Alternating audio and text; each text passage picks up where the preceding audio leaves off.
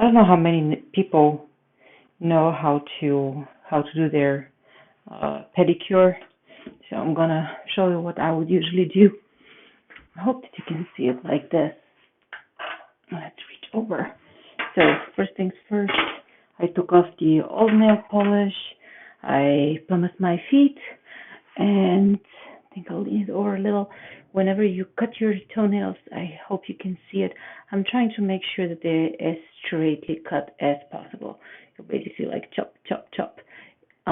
Make sure you don't round them around because you can get ingrown toenails from it. So you want to make sure that they're as good as possible, just straight. Now I personally use 4 layers of nail polish. The first one is, I'll put it like this. The first one is just a base, and I'm using the same as a base and a coat because it's called double duty. I think you can see it here. And it's specifically made so it would have a base and a coat. And the reason I'm doing that with the 4 layers and I'm putting a base and a coat is because I don't make my nails every week, and I like them to stay fresh looking for a while. Let's see.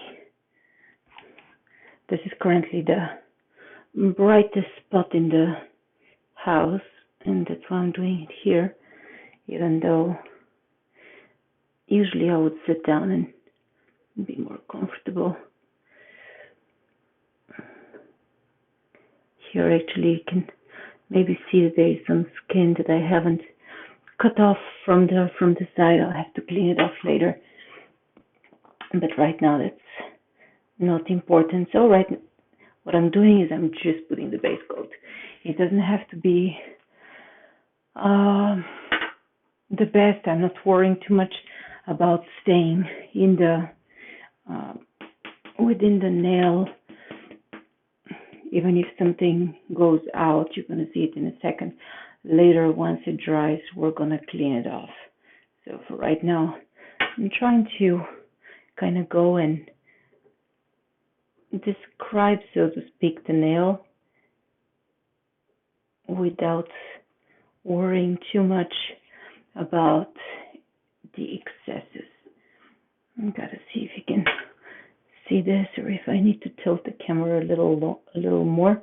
Even here on the bottom, toward me here, this part is going to be cleaned up in a minute. So I definitely go over there and don't worry about it too much. What I want to make sure is I don't want to paint too much here in the corners of the nails. I want to make it look like a little rectangle.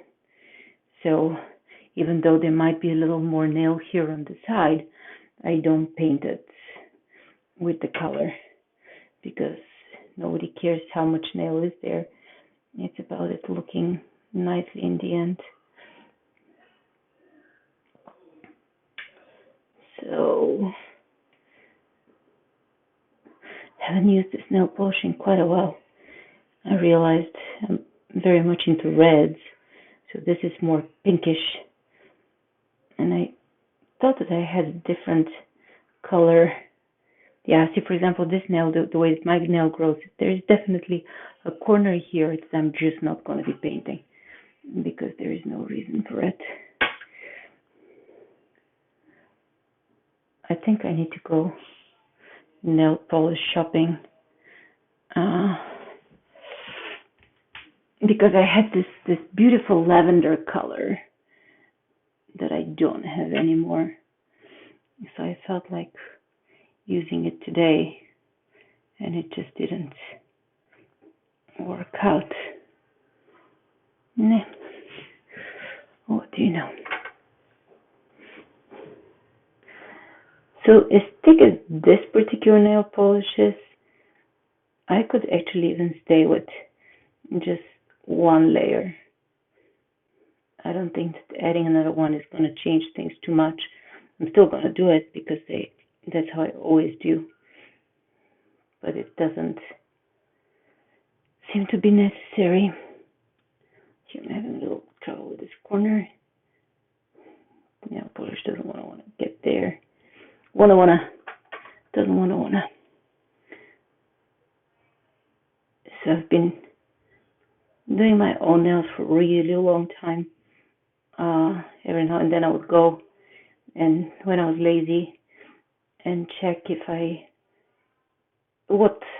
how they get professionally done and how happy I am with the results. And the answer was not that happy, because they would cut some of the skin and then they would start regrowing real fast instead of just soaking it. So what I did was I soaked my feet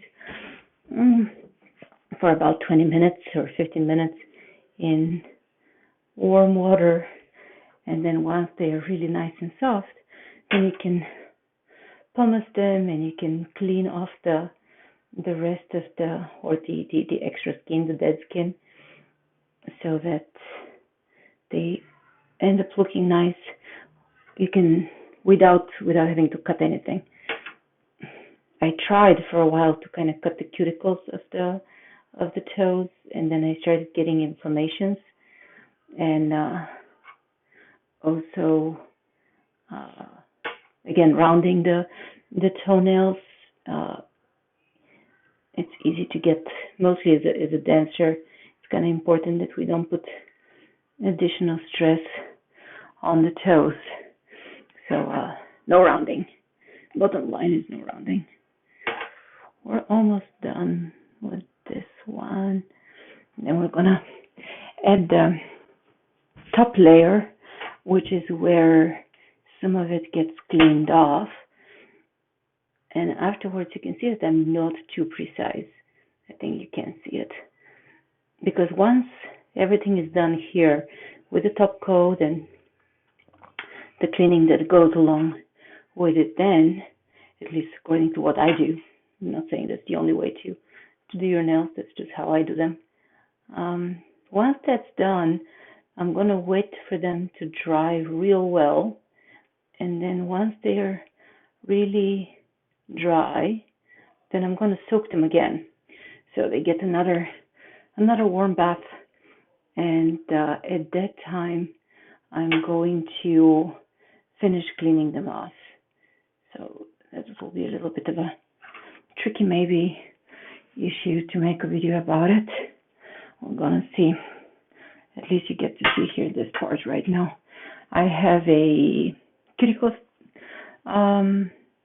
stick. You can see already that I've used it. I have just a regular napkin because I'll need to clean it off on that regular napkin. And where can I put it here? What's gonna happen right now is once I just put the next layer, that, as you can see again, I'm not worrying too much about how precise I am. I just want to spread it nicely all over. I'm going to take this cuticle stick and I'm going to describe my nail here on the bottom side. Anything that's extra, I'm going to clean it off. And here on the side, I can see right now that there is some of the clear, of the transparent nail polish. So what I'm doing is I'm running this little cuticle stick from the pointy side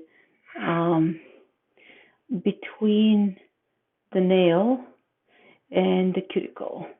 So very delicately, I'm describing the bottom part of the nail. It comes off really easy because it's still soft nail polish. As you see, I'm not worrying about the top part, just about the bottom. I made the experiment one time. What will happen if I don't describe the nail like this and just let it dry? And the answer was, afterwards, you can't separate the part that you want to get rid of the part that's on your skin from the part that's on your nail. So apparently this is a very important step to this particular way of doing your nails. I've seen people paint nails and be really, really precise and be really fantastic at how they do it. Or in the salons, they would use kind of nail polish remover for the excesses. I don't have the patience for that, to be honest. And also, sometimes when they do it, at least on a manicure, when they don't want to touch the cuticle at all, it ends up having a little bit of a gap between nail and cuticle. And I don't like that. That's why when I'm doing it, I do it as such. So we're almost done here. I'm seeing that the video is already 11 minutes, so I'm just gonna cut it, hopefully somewhere around here. Can you see at all what I'm doing? I hope I'm not talking to myself and then it turns out that you guys can't see absolutely anything. Otherwise, next time I'll have to figure out where else to put the, let's see, I'll lift you up a little. Hopefully you can see it better like that. Now, I have no idea if and what you're seeing, but hopefully it's good.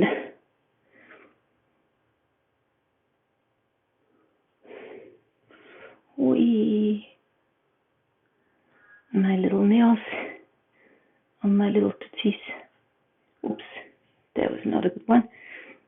But it doesn't matter much because later I can still clean it off. Sometimes when the nail polish is too thin on the sides, on the skin, it's a little more difficult to peel. Imagine once you're done drying it, you're literally going to be peeling it. It's going to start kind of almost coming off with the warm water. So if it's a thick crust, it's easy to remove. If it's a thin one, it's a little more pliable, and that's why harder to take off. That's why actually I'm happier if I have a thicker one on than a thinner. Nah, I did not outperform myself here on this one. Oh well, only you know about it. It's still gonna be okay. After all, we're in isolation, so there aren't that many people who see it, and I'm the only one who cares. So this is where we currently are. You can see how there is like little corners and edges that need to be cleaned. So I'm gonna soak my feet now, and afterwards I'm going to show you a little bit how I clean it. Okay, so my feet are now soaked enough to show you. I think you can see here a part that needs to get just scraped off very softly. If your skin is already warm enough, it's really kind of almost shedding it. So I'm just hardly touching it and it's coming off. Here on the top side too. So I'm just very carefully scratching off anything that I don't want. And in case that's not working out, you just need to soak them more so that you can clean off all the little parts. So I'm gonna take these guys off, and since currently either you can see or I can't do it really on camera, but I'll show you afterwards the result. So This is the final product. I've cleaned all of the toes and made sure that they all have the shape that I wanted. And yeah, that's it. That's what it looks like in the end.